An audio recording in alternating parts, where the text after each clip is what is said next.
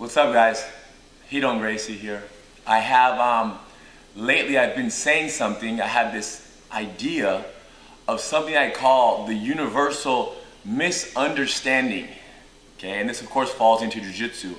And what it is this, for example, when we see two people training Jiu Jitsu, let's say that they were 50 yards away and you're watching them, and one person is on top, one's on the bottom, and he's in the guard on top. Naturally, when you see this, what do we think to ourselves is the question.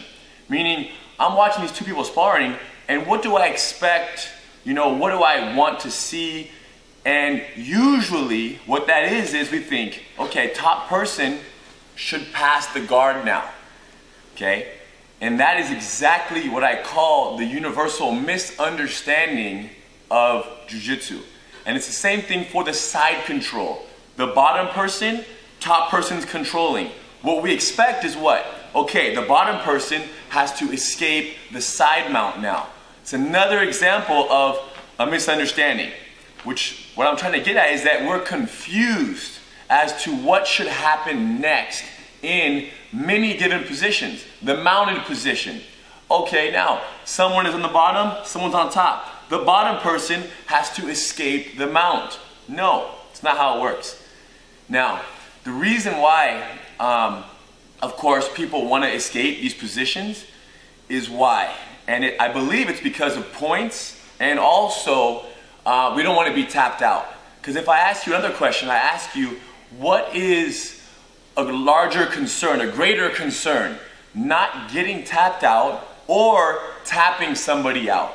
I believe most people don't want to get tapped out. First of all, they don't want to lose. Now, sometimes we might go for a submission because the sooner we finish somebody, the sooner we guarantee that we will not be defeated. So, going back to those positions, whatever it may be, guard, side mount, or mount, for example, those three main ones. The reason we pass the guard, we fight to pass the guard, is because we do not want to be submitted. We don't want to lose because we're in a defensive, we're in an inferior position. So because you don't want to lose, you rush to pass the guard. Now, I ask you another question. When you're in somebody's guard, are you more likely to be defeated if you sit still, keep posture, keep your hands on the inside, stay aware and observe your opponent, or if you have a certain pressure to pass the guard and escape and get out of there? Which one are you more likely to make a mistake in? Exactly. You're going to make a mistake when you put pressure on yourself to pass the guard. If you just sit there and watch your opponent, it's so much more difficult for them to surprise you. So, the misunderstanding is because Jiu Jitsu is an art of survival, of self-defense. So, everybody out there, nobody wants to be tapped out, nobody wants to be defeated, but yet they act as if they want to be defeated. And I say this because if you really don't want to be defeated, you will do what is necessary to keep you the safest. And when it comes to the guard, that is posture. Hands on the biceps, hands in the stomach, head low, elbows tucked in. A number of things that can keep you safer than if you tell yourself, okay, I'm in the guard, I have to start passing the guard now. And that's exactly what I believe most people do. As soon as you fall in the guard, you say, okay, you know what? Time to pass the guard. But that's not true. As soon as you fall in the guard, it's not time to pass the guard. As soon as you fall in the guard, it's time to sit there and do nothing. And just look at the person and ask them, invite them to attempt to submit you. They are on offense. They have to attack. Now, when you're in there, guard, and your elbows are tucked in, and they attack you, they're going to have a hell of a time tapping you because you're so aware. Okay? And when do you get tapped out? When you lack awareness. So, this is my advice to everybody. When you get side mounted on the bottom, the last thing you should think about is escaping the side mount. Okay? The last thing you should consider when somebody mounts you is escaping the mount. Because when you attempt to escape is when you give them an opening to attack. Okay? Now, you're asking the question, you're saying, Hidon, well, what if there's time, there's a clock, or what if there's points? And you're absolutely right. If there's time, you cannot waste time by just laying there because they're gonna win by points. So, tournaments do force more movement. Now, I don't have to tell you my view on tournaments, but I'm gonna tell you anyways. Who cares? Okay, if you're training Jiu-Jitsu to be the best in a tournament, that's okay. But I train Jiu-Jitsu to be the best with no time, no points. Just straight up grappling here or in the street. No time, no points. Now, or an event like Metamoris, which is not no time, but is no points with a good amount of time. Now, back to the problem of points in tournaments. When we are the offensive, aggressive person in a tournament and you pin somebody down, right? You get on top, you control the side mount. What do we expect when we're on top from the bottom person? What we expect is for them to panic, to bridge, twist, turn, and go crazy. Now, what that tells us is when the roles are reversed, before we reverse the roles, because we expect them to go crazy, when we're on top, what do we do when you're in a tournament or in MMA or anywhere? You focus on your control, on your position, right? On having good base and being wide and tight and low at the same time. So, using that information, anytime you end up on the bottom, you already know what your partner is expecting you to do. And your partner on top, your opponent, expects you on the bottom to do what? To fight, to twist, to turn, to go crazy. So what are they gonna do as soon as they land on top of you? They're gonna hold as tight as they can. They're gonna be as wide as they can and as ready as they can be to stop all of your escape attempts. Now, does it make sense? Does it seem efficient for you to try all of your best escapes when the top person is in 100% control mode? No.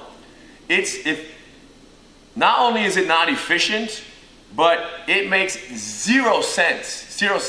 But the reason why we do it is because we fear getting submitted. We don't want to lose. Once again, we fear submission more than we desire submission, defeating somebody. So, our fear makes us move. But now, if we bring the logic back into this talk right now, logically speaking, you are more susceptible to being submitted if you are fighting to escape than if you just keep your elbows tucked in and you once again use the powers of observation and just watch. And then when your opponent on top of you changes from control to offense, they loosen up their grips and their control of you, giving you a window to do your escape. This is it. This is Gracie Jiu-Jitsu. It's waiting for the right time. Now, the question is, you're thinking, man, well, I don't feel safe underneath somebody. Hidon, what do I do? Like, I don't even have the knowledge to survive and relax and wait for the right time. And the reason you don't is because you haven't been exposed to all of the possible submissions that the top person can throw at you. So the fear of what might happen makes you move. So now is where we have to keep it playful. And what that means is take the back seat and almost sit there and wait in practice and allow and observe and invite your training partner who's on top of you to attack you. Because what you want as a jiu-jitsu practitioner, whether you're a white belt, blue, purple, brown, or black, what do we want? We want to be comfortable in all positions. And how do you get comfortable? You have to have knowledge and you have to know what's out there and what can happen. So when somebody side mounts you the next time you're sparring, do not escape because you fear defeat. Stay there because you want nothing more than to be defeated. You love the idea of your partner tapping you out, because when they tap you, they're helping you build a greater understanding of how you can lose. So when the day comes where you do not want to lose and you want to escape, you are more familiar with what is out there, right? Allowing you to chill and wait and be aware and see the window of opportunity. And then when it comes time to escape, when you attempt one escape, you get it. One shot, one kill. There is no more trying 6, 7, 8 times to escape somebody's control. Okay? So you have to invest in this training, this way of training, of staying down there and inviting the submission and almost being excited. When you lose, there has to be, when you're tapped out, there has to be a level of excitement. Like, yes! Either A, because you saw the mistake that you made. And the reason why you saw the mistake is because you were aware, meaning you weren't trying to escape and get off your back. You saw the escape because all you were trying to do was stay there and stay safe, which means all of your attention was right there in front of you, only focused on their attack and not what you might want to do, you know, escape-wise. So what happens is, once the day comes where you do have to get out, you're going to be ready. You're going to have, you know, an understanding of 25 possible submissions that can happen from the top. Okay? Nobody does this right now. I've been to hundreds and thousands of schools, and I have almost never, except for schools that are certified training centers, seen students laying on their backs, not moving, while somebody else attacks, and just defending. It's so rare, okay? And the reason why it's so rare is because when you lose, there's a good chance that somebody in the room, whether it's the instructor, another student, somebody congratulates the person that beat you. So you want that, right? You want that praise. You want to be told, congratulations, good arm lock or good submission. So what do? First of all, you want to avoid it so it doesn't happen, you know, at your expense. And then you want to defeat them so you can get a good job on your back.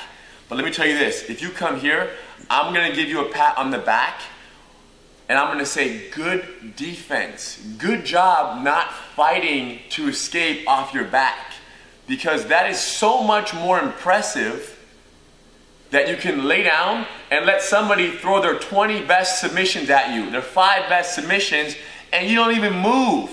And then who knows, that person that's on the side control, because they couldn't submit you, what do? They jump to the mounted position. They go to knee on stomach.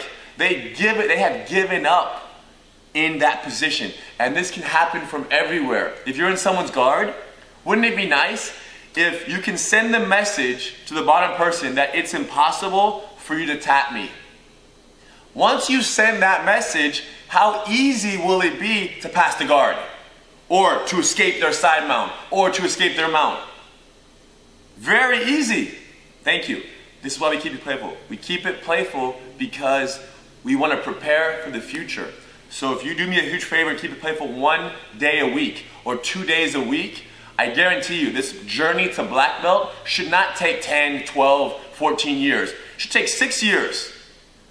But 6 years of very aware sparring. Final note, this whole keep it playful idea and this idea of being on your back and just laying there and defending. You're wondering, what about a street fight? Does this apply to a street fight? And the answer is absolutely, okay? Now, of course, there are different problems. In a street fight, you're not concerned with an arm lock or a gi choke. You're concerned mainly with maybe punches, elbows, knees, right? Let's say, for example, the bottom of the mount or the bottom of the side mount. So it's more about staying close and stopping their punches. But more importantly, is if you're in a street fight, when they start punching you is the equivalent to when someone starts to choke you.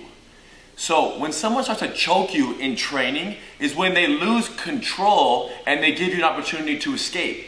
So in a street fight, if somebody mounts you and they're very low, very tight, very controlling, then what do? You chill. Because you don't want to fight, you don't want to resist what is. And what is that they're controlling you. So street fight, they're controlling, you chill. When they decide to punch you or kick you or elbow you or strangle you, then they have to change their position, right? Loosen up their control to attack. When they do that, that's when they leave you, once again, the window of opportunity that you need to escape. So you should train once a week wearing gloves and have the top person hold you down, control you, and be as ready as they can. And then you ask them, okay, begin to punch me now. Very lightly, 10% punch you. And notice how when they move to punches, they can't hold you with the same control that they had before, and therefore giving you opportunities to escape.